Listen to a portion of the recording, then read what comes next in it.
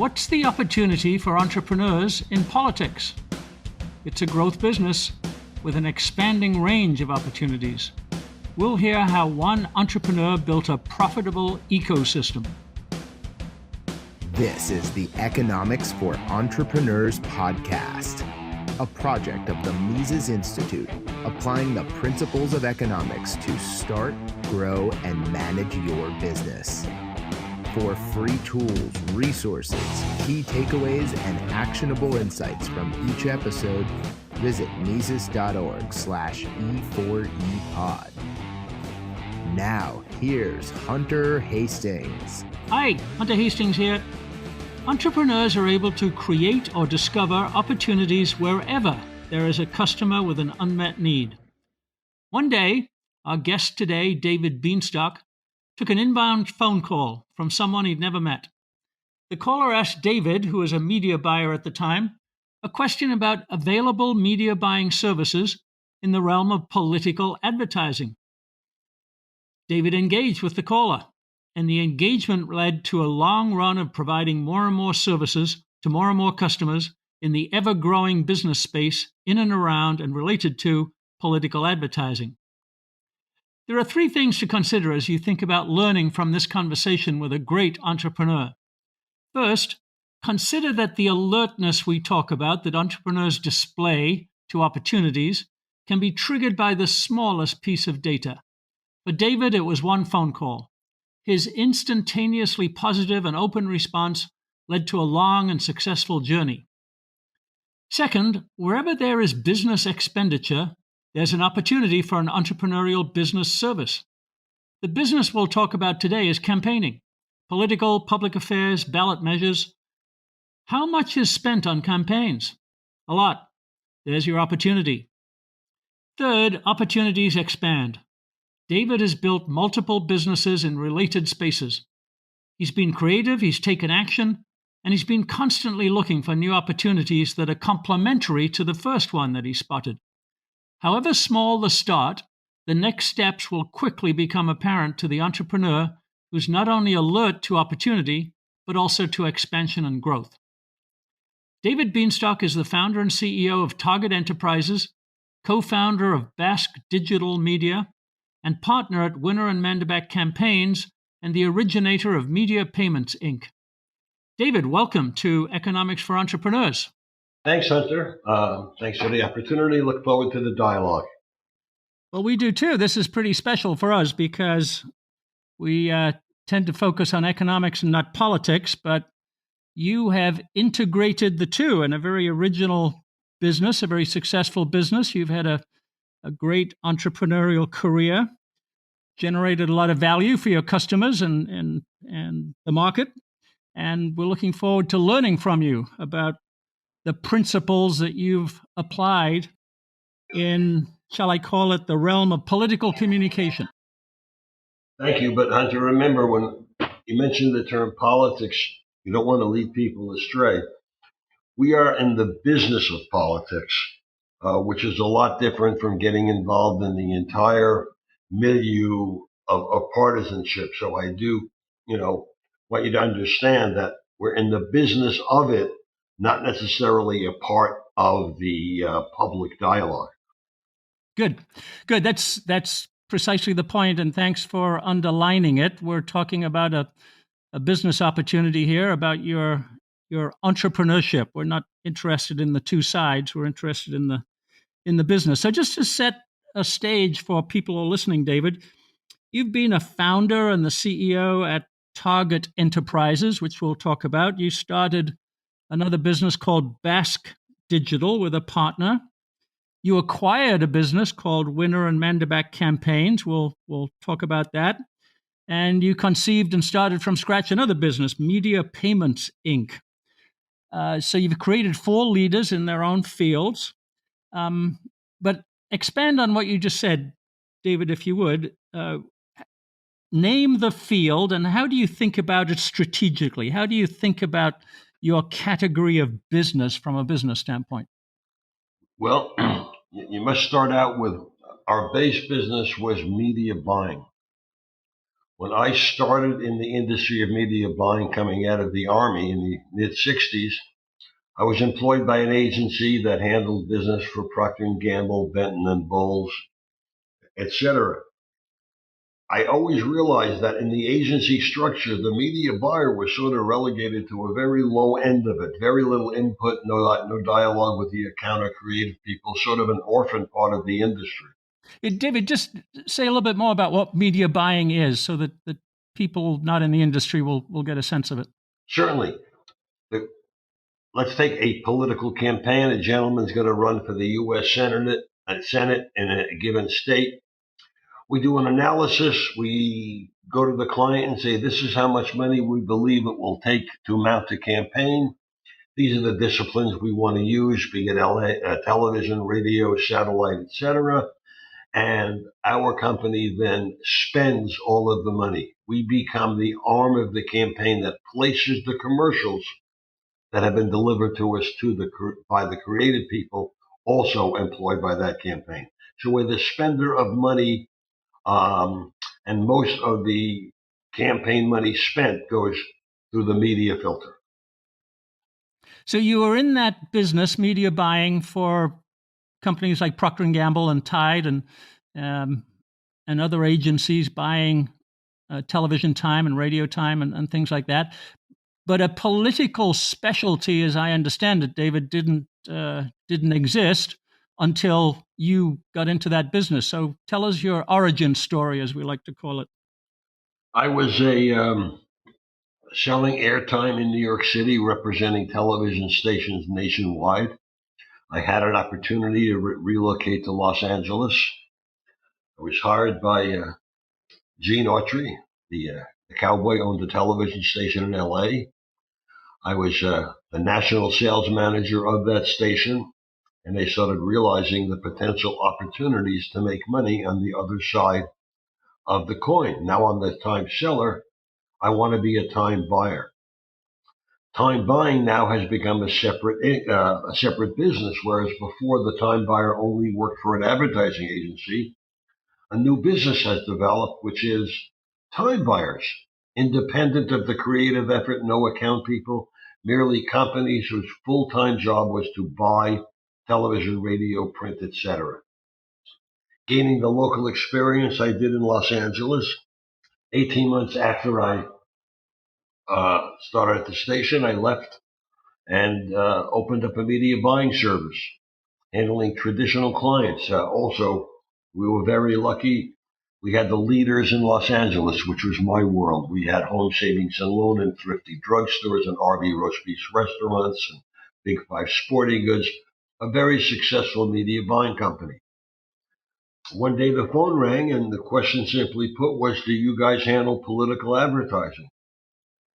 I would have said yes to most anything. Went, had a meeting. A week later, I brought my cards, no computers, no fax machines. I had 1 week to be smart. I picked up a campaign of a gentleman running for the mayor of Los Angeles. Started contacting television and radio facilities, and I'm finding out that not only is there no negotiating going on, it's really a bottom line. This is the rate. This is what we sell it for. That's what the buyer pays, and that's just how the business works. And that sort of irked me. I got involved a little deeper in politics, and then I got a gubernatorial campaign, and now I'm looking statewide, and I started resisting the norm. And, sometimes, Hunter, when you don't know what you don't know, you're a pretty smart guy. But my experience has taught me, when you think you're doing something with your educated gut, you're really not. It's what you've learned. It's you've done many years of things, so you think you're reacting quickly without putting thought into it, but you really are. It's what you've learned. And the business of politics intrigued me because it was cash in advance payment. One of the worst parts of being an entrepreneur was having to collect money. I had to be the salesman to bring the account in. I had to be in charge of servicing the account, and then I had to be the collector. I found being a collector a humbling thing. I wasn't cut out to do it.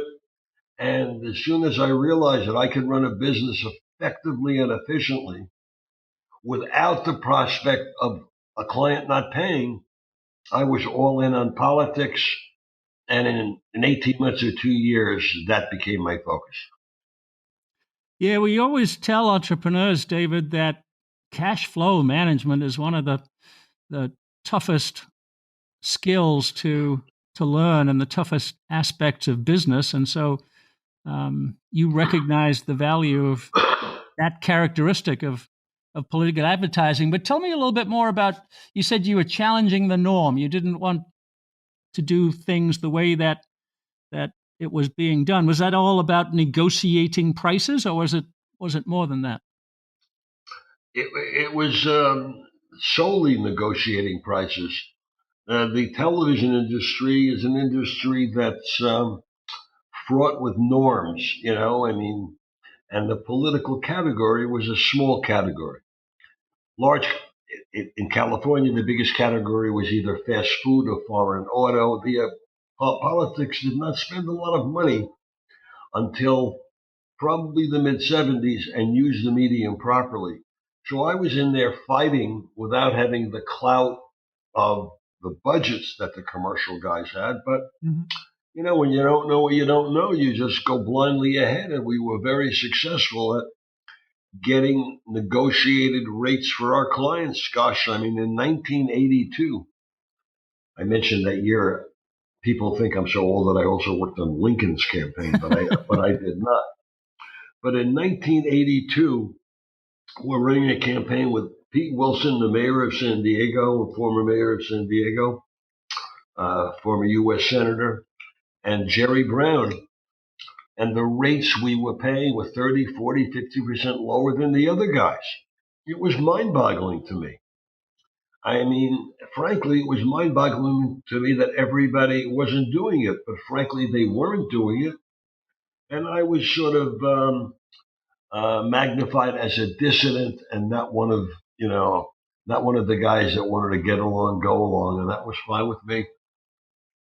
But that benefit was for your clients, right? It was getting them lower rates and greater transparency, and they understood the business that they were in a little bit better.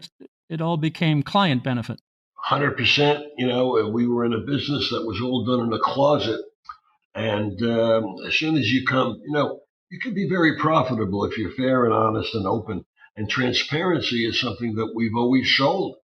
I mean, to digress, Hunter, several years ago when we couldn't understand why we were having a hard time, we would go to a public file of a television station and Xerox all of the copies and do a full report and show a client, hey, we paid 32% lower than client X. And it was always met with a lot of, well, how do we know it's a Xerox copy? So we sat with a client one day and we said, why are we having a problem? He says, why don't you hire someone to audit the public file? We hired PricewaterhouseCoopers, paid them a lot of money.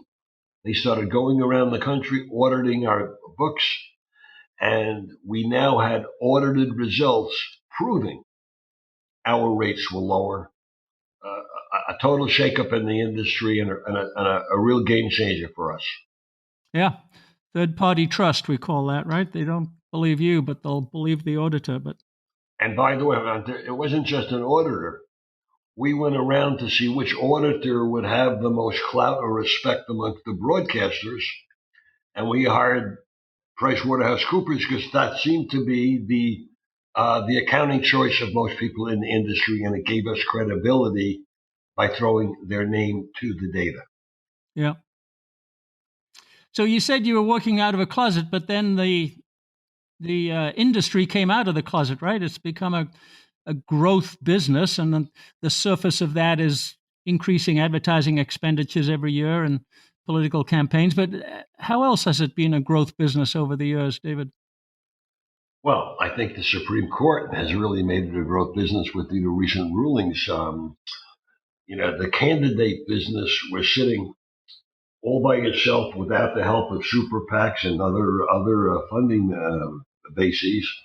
And it was pretty pure, pretty clean until court ruling said not only can you give unlimited funds, but you don't even have to identify who the heck you are.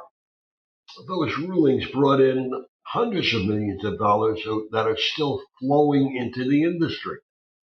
So economic factors that have nothing to do with politics as much as the cash flow of money have vastly changed what we do. And as long as there's more money in the economy, more money goes into politics. Yeah. We're listening to David Bienstock tell us about his entrepreneurial journey from a single inbound phone call to a multi-company ecosystem in a growing space with huge future potential for further expansion. If you're thinking about an entrepreneurial journey, a good place to start is our online Austrian Entrepreneurs Journey course. You can find it at e4epod.com/journey. That's the letter E, the number 4, the letter E, pod.com/journey. And now back to David.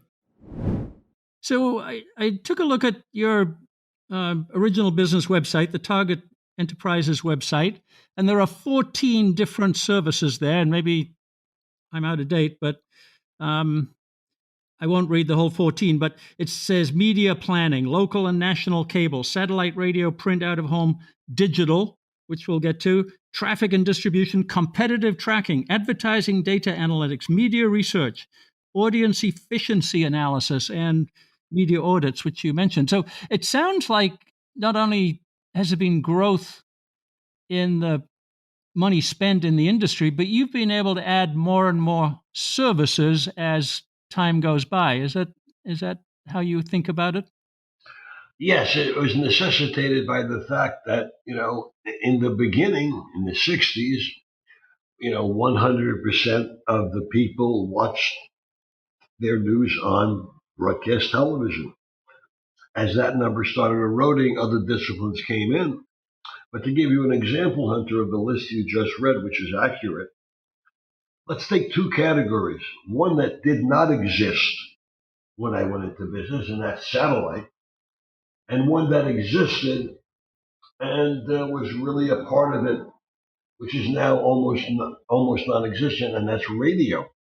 Mm-hmm. The radio business got involved because of news radio being a good platform, and as a result, the radio guys were able to sell some of their music stations, if not rock and roll. They were able to garner 6, 7, 8% of overall expenditures.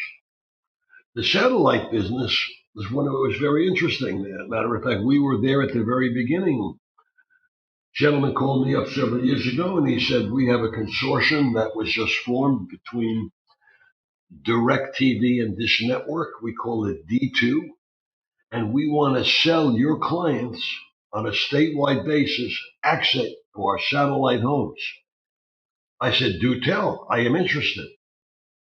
So here's how I sell this concept into a client, Hunter.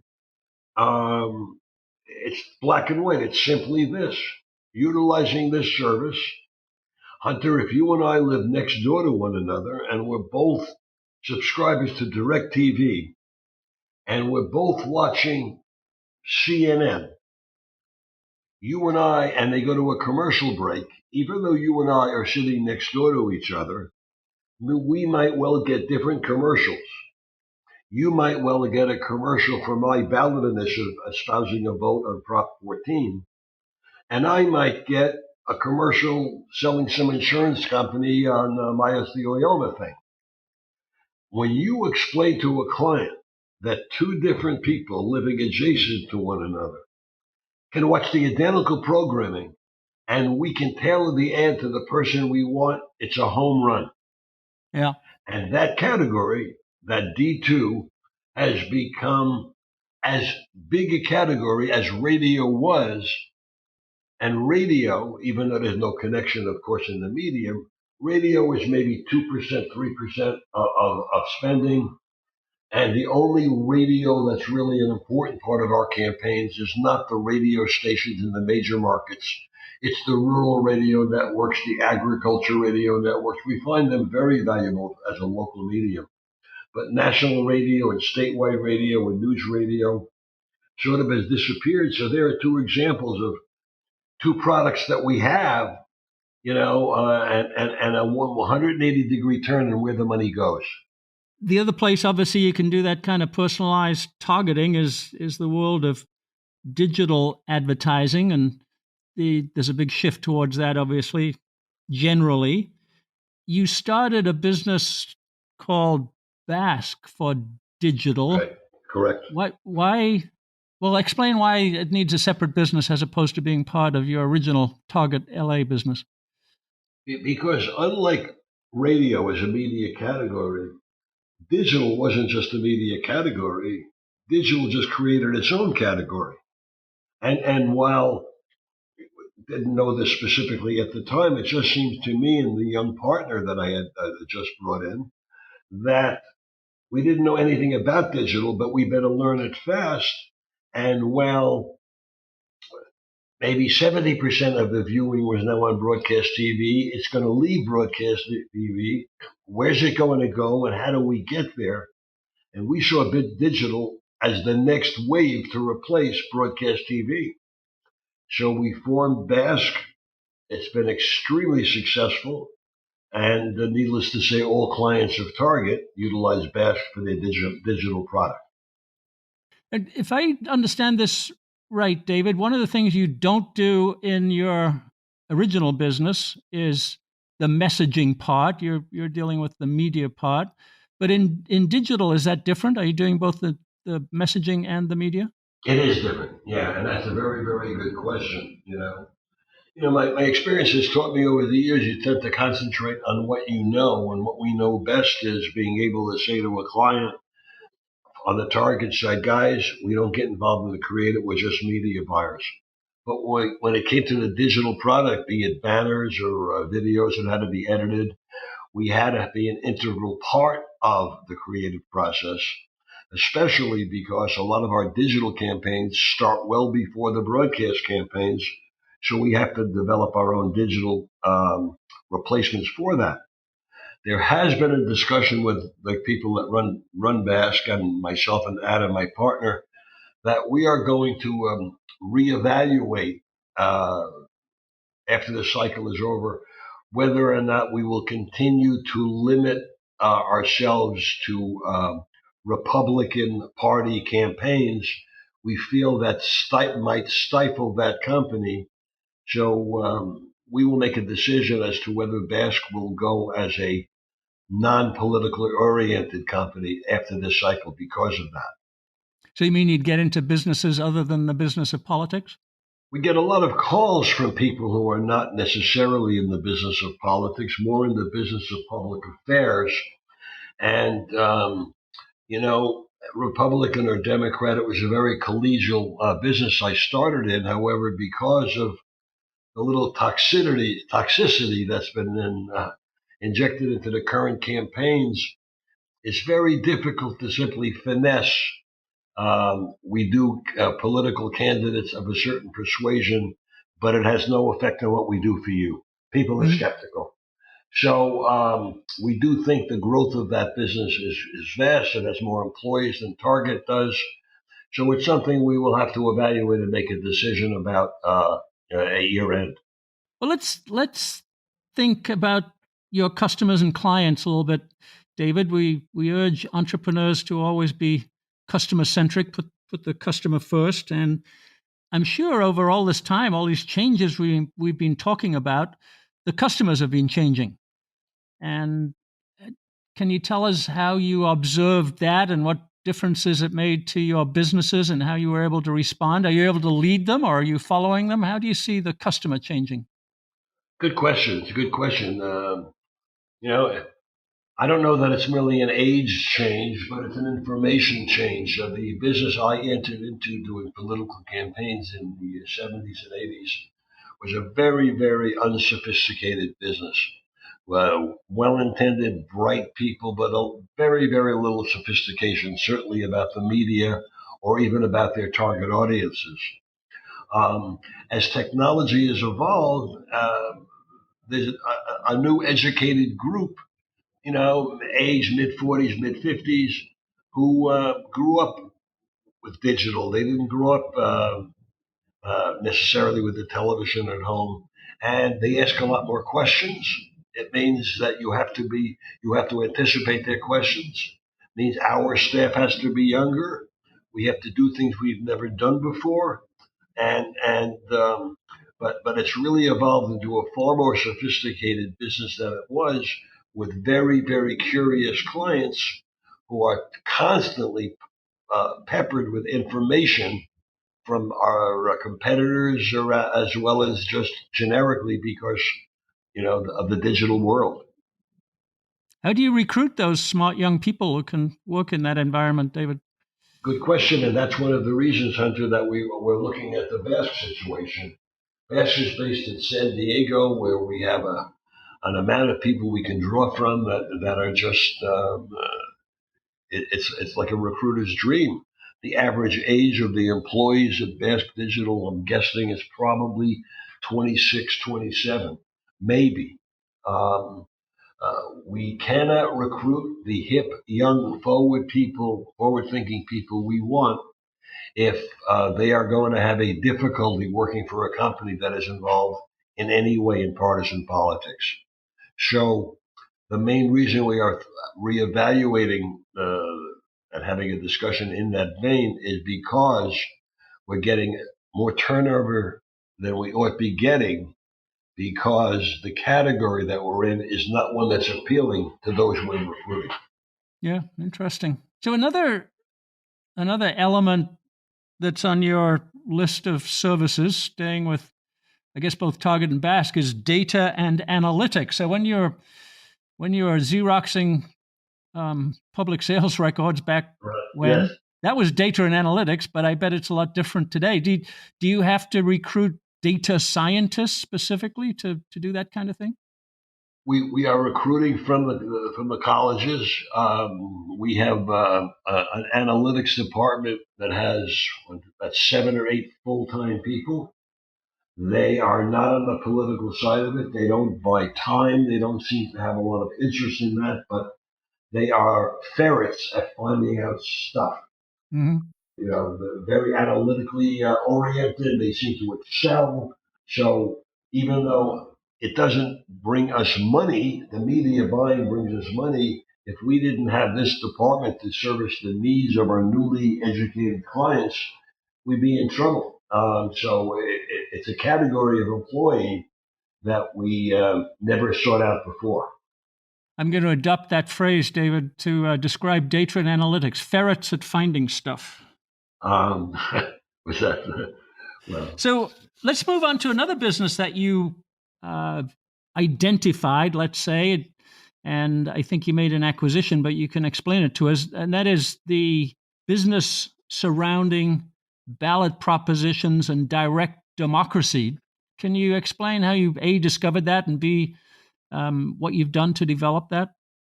It's funny. I know we've never used that term, direct democracy, but it certainly categorizes what they do. For over 25 years, Target Enterprises, our media buying company, was employed by Winter-Mandeback campaigns to purchase and plan for all of their media purchases.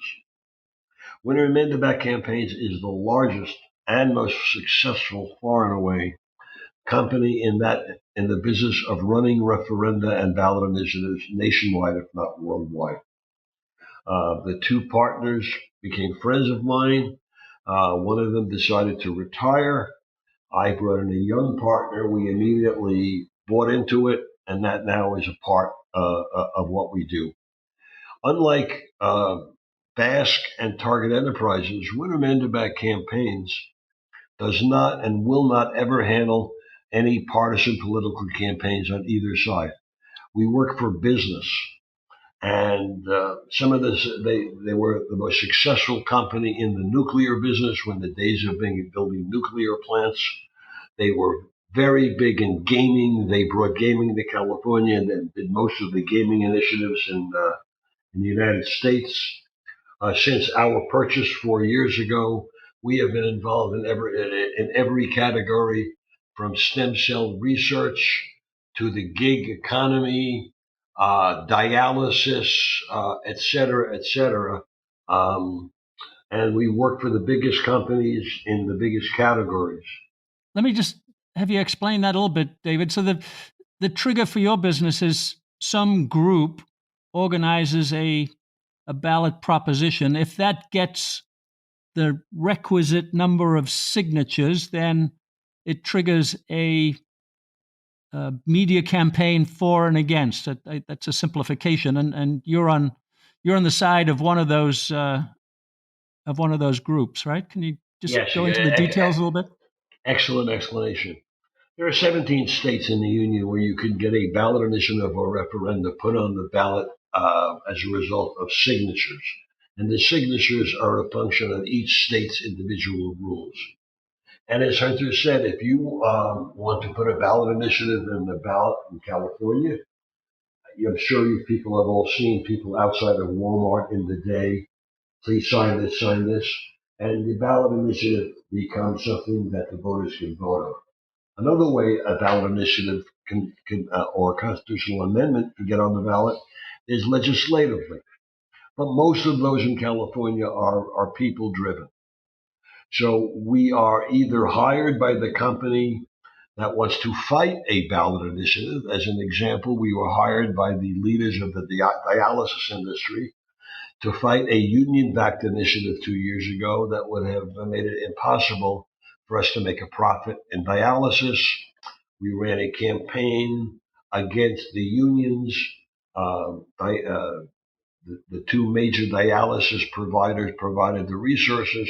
We won that campaign. That was a defensive campaign. There are times that our clients want to evolve and evoke change, and they will write a ballot initiative, which means you have to write the initiative, get it qualified by signatures, have the state opine as to whether you have legitimate signatures, and then that goes on the ballot. So we're usually working on the no side. Yes side is much harder to win, but we've been extremely successful on the yes side as well. And anecdotally, Hunter, that company, when it made about campaigns, has prevailed in 92% of the campaigns we've run over the years. And the direct democracy business is a growth business too? As long as people have the ability to get these issues on the ballot, for sure, for sure. That's great. And then just to complete your assembly of businesses, David, you identified another opportunity in the specialist payments that go on in your industry and the mechanisms of that. And you started a payments company. Can you just tell us how you did that quickly? Being that we must pay in advance to secure the time slots that we want, every Friday morning there'd be a lineup of people outside Target's offices in LA coming to pick up their payments for advance payment for spots that go on the air Monday. I'm sitting there with my partner saying, this is like 1950s. We started talking about it. We spoke to a few television station people and formed a company called Media Payments Inc. Adam and I we knew nothing about the payments business, nor frankly wanted any part of the payments business, but we saw it as a growth industry. We hired some people to run it. In the first year, the company did $400 million in gross billings. It's in the process of being sold right now. And right now, it's the leader in processing electronic payments for politics. So we were just pretty lucky there. Well, not lucky. We have a word in the economics language called alertness, David. You're alert to the opportunity. Well, my experience has taught me that, every time that you think you know it all, you just really don't, I learn. I learned by the young people at Bask. I learned that I don't want to run a payments company when I saw how thin the margins were. Um, One of our employees came up to me, my partner, about 2 years ago. He says, "I've got a great idea. I have a way that we can use text politically." I said, "Well, what do you want to do?" He said, "I want to start a company." I said, "Tell you what, we'll fund the company. It's called TextWave. We own a piece of it. It's now a small part of what we do, but rather than stifle the entrepreneurship of this young guy, we made him our partner. And, that's a way that, we're going to make sure that we don't lose entrepreneurs who want a piece of it. And it's okay, you create it, and let's all get a piece of what you create." Yeah. Yeah, we love that kind of thinking. That's brilliant. Did you ever get into the polling business? That's one of the businesses that people might associate with politics, and it's always on the front pages. What do you think about polling? We don't. We outsource all of our polling. We have relationships with pollsters nationwide of different persuasions. Um, Polling is an integral part of what we do on our major ballot initiative campaigns for the 60 days prior to the election. We're doing rolling polling daily. Um, the negative has been certainly after the last election and all the prognosticators were proven wrong. A lot of people are questioning the validity of the sourcing. When everyone had a wired telephone and there was a phone book, that was great. Um, Now we are questioning the results of polling. That's why we engage multiple pollsters, and there is a commonality in their findings, but we still find it a valuable snapshot of what's going on. So, David, we talk about the entrepreneurial journey, and you've had a wonderful one. You've been an originator of new businesses, a pioneer in fields. You are a testimony to customer first thinking. You've been an innovator. You've been a disruptor. You've challenged the norm. Um, have you developed a communicable summary of entrepreneurship in your own mind based on your journey? How would you tell people about entrepreneurship in general, not just in your business, but how to be a good entrepreneur, what entrepreneurship feels like, how to be brave in it? What can you share? Do things instinctually, and your only measure of your success is your peers. And unlike people who are in business, if you're a general manager of a television station, you roughly know how much another general manager of a television station makes. But entrepreneurs don't share that information, and sole proprietors don't share that information. So your only measure of your success is, well, he's driving a Mercedes, he's living in a beautiful house, et cetera, et cetera. Only at the end of the day, maybe with a little more wisdom and age under your belt, do you realize that a lot of these guys that you were measuring against really was a house of cards. They weren't entrepreneurs. You only realize your success as an entrepreneur when you're able to take the step back and analyze where you've been. But I don't think as you're going through it, you're aware of your uniqueness in that category. Mm-hmm. Because you're always moving forward and not looking backwards. We talk about entrepreneurs living in the future, David. So I think you're endorsing that. You're always living in the future. Yeah, but the future is today. I mean, yeah, what you're saying, and you articulate it properly, but my experience has taught me that, you go with your instinct until your instinct really just becomes a reservoir of what you've learned, and that makes you pretty smart. Yeah. Again, academically, we talk about accumulated learning. I think that's what you're articulating. You may not be sure you're accumulating it as you go along, but all of a sudden you end up, as you say, pretty smart. I like that. Yes, yes, but I don't feel there's a camaraderie or a comradeship amongst entrepreneurs of my category. It would be a nice thing, but I don't believe any such group exists other than a collegial one.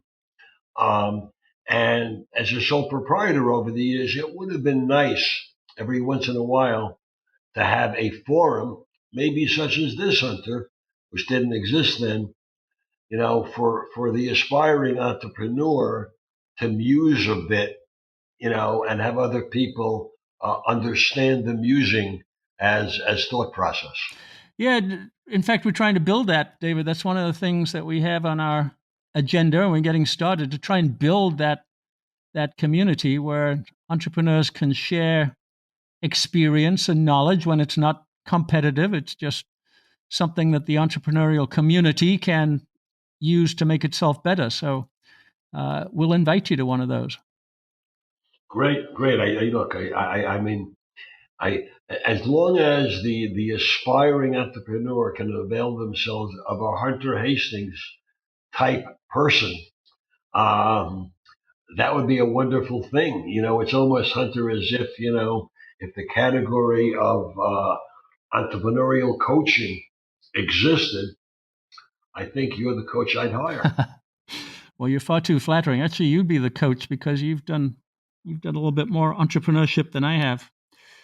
But listen, I'm going to ask you to look into the future a little bit, if you can. You've lived through and navigated through and been a genius of exponential change. I mean, you think about going from the primitive, I'm not sure whether they use that word, but less sophisticated time buying environment of when you got started to where we are today with the digital explosion and data and analytics.